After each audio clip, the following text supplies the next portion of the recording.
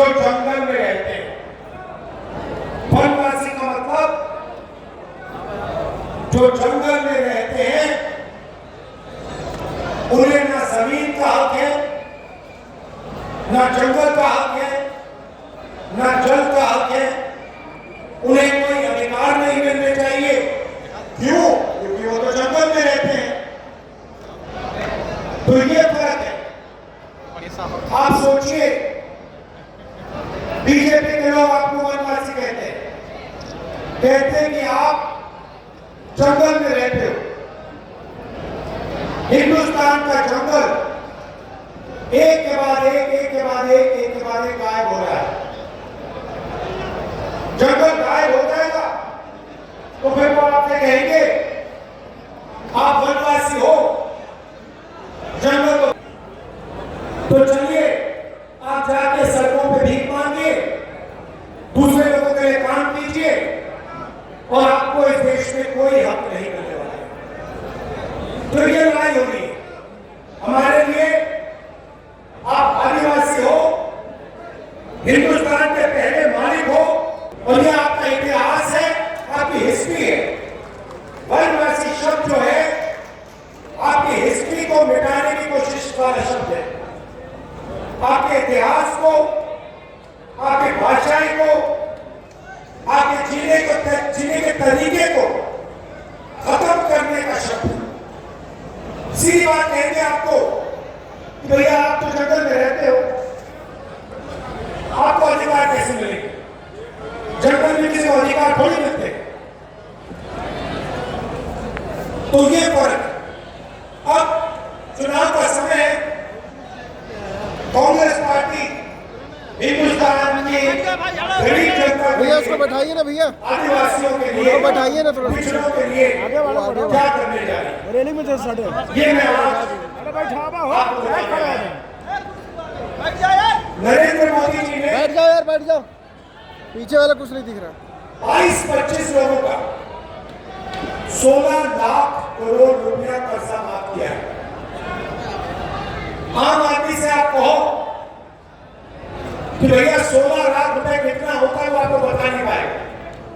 इतना पैसा होता है कि आपको और हमें समझ नहीं आता कितना पैसा। तो मैं आपको बताता हूं, मनरेगा को चलाने में 65,000 करोड़ रुपए लगते हैं। नरेंद्र मोदी जी ने 22-25 लोगों के लिए 24 साल का मनरेगा का पैसा कर्जे में माफ कर दिया। हिंदुस्तान के गरीब लोग कर्जा माफी मांगते हैं, किसान कर्जा माफी मांगते हैं, स्टूडेंट्स बैंक का कर्जा माफ करने की बात करते हैं। नरेंद्र मोदी कहते हैं नहीं, बैठा लेते हैं सब कुछ। मगर हिंदुस्तान के अरबपति बैठा नहीं रहे, जिनके पास सब कुछ है, वो लोग वीडियो शूट कर रहा था तो अकेले ही आएंगे। 24 साल तो बोले बाद में आएंगे, अकेले ऐसे ही आए। आज की हालत में आपको बताता हूं, हिंदुस्तान में अंदर से दिखा 22 लोग ऐसे हैं सेंटर से हो जिनके पास उतना ही आदिवासियों को, पिछड़ों को, दलितों को, गरीब जनरल क्लास के लोगों को भी पैसा दे सकती है। तो सबसे क्रांतिकारी शायद दुनिया में पहली बार राइट साइड हो जाएगी, नहीं तो इधर साइड हो जाएगी जहाँ पर कोई भी पार्टी ऐसा कदम लेने जा रही है। महालक्ष्मी योजना हिंदुस्तान के हर गरीब परिवार में एक महिला को कांग्रेस पार्टी साल में 1 लाख रुपए बैंक अकाउंट में डाले जा रहे हैं। हर महीने आपके बैंक अकाउंट में हर प्रदेश के किसान खड़े हो गए, उन्होंने कानून को रद्द करवाया। नरेंद्र मोदी अरबपतियों का कर्जा माफ कर देते हैं, मगर किसानों का ना कर्जा माफ होता है, ना किसानों को सही दाम मिलता है।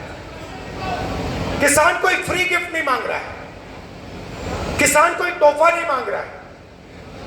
किसान सिर्फ ये कह रहा है कि अगर अरबपतियों का कर्जा माफ हो सकता है तो हमारा भी कर्जा माफ होना चाहिए, और अगर बड़ी बड़ी कंपनियों को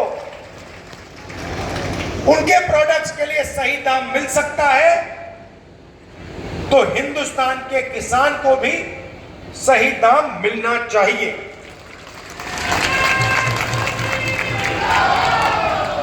तो हमने निर्णय लिया है कि जैसे ही हमारी सरकार आएगी हिंदुस्तान के किसान का कर्जा माफ होगा और कानूनी एमएसपी, कानूनी मिनिमम सपोर्ट प्राइस हिंदुस्तान के किसानों को कांग्रेस पार्टी की सरकार, इंडिया गठबंधन की सरकार देने जा रही है।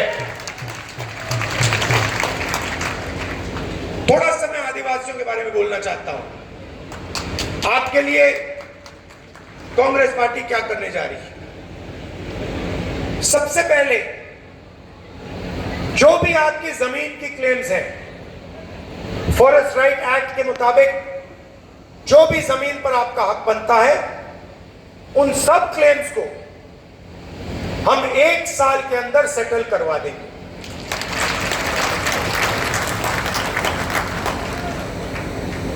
मैंने पहले कॉन्ट्रैक्ट लेबर की बात की। जब भी गरीब लोगों के रोजगार की बात होती है, चाहे वो आदिवासी हो, दलित हो, पिछड़े हो, जनरल कास्ट के गरीब लोग हों, तो उनको कॉन्ट्रैक्ट बेसिस पे रखा जाता है, उनको परमानेंट नहीं किया जाता।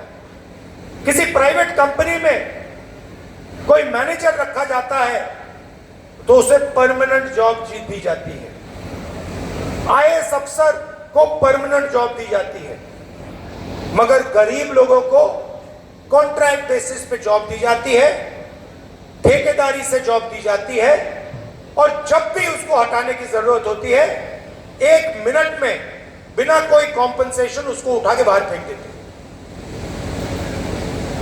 ये जो ठेकेदारी प्रथा है, इसको कांग्रेस पार्टी की सरकार खत्म करने जा रही है। सरकार में और पब्लिक सेक्टर यूनिट्स में ठेकेदारी प्रथा हम बंद करेंगे, और जिसको भी नौकरी मिलेगी वो परमानेंट नौकरी होगी, वो सरकारी नौकरी होगी, और वो किसी ठेकेदार के थ्रू नौकरी नहीं होगी। इससे आदिवासियों को, दलितों को, पिछड़ों को, गरीब जनरल कास्ट के लोगों को फायदा होने जा रहा है। एससी, एसटी और ओबीसी की जो स्कॉलरशिप्स हैं उनको हम दुगना करने जा रहे हैं। और शायद सबसे बड़ा काम, जहां भी आदिवासियों की 50% से ज्यादा आबादी है, वहां पे हम 6th शेड्यूल को लागू करने जा रहे हैं। अब बीजेपी के लोग गलत बात फैला रहे हैं, कह रहे हैं कि 6th शेड्यूल के माध्यम से बाकी लोगों को नुकसान होगा। यह बिल्कुल गलत है। 6th schedule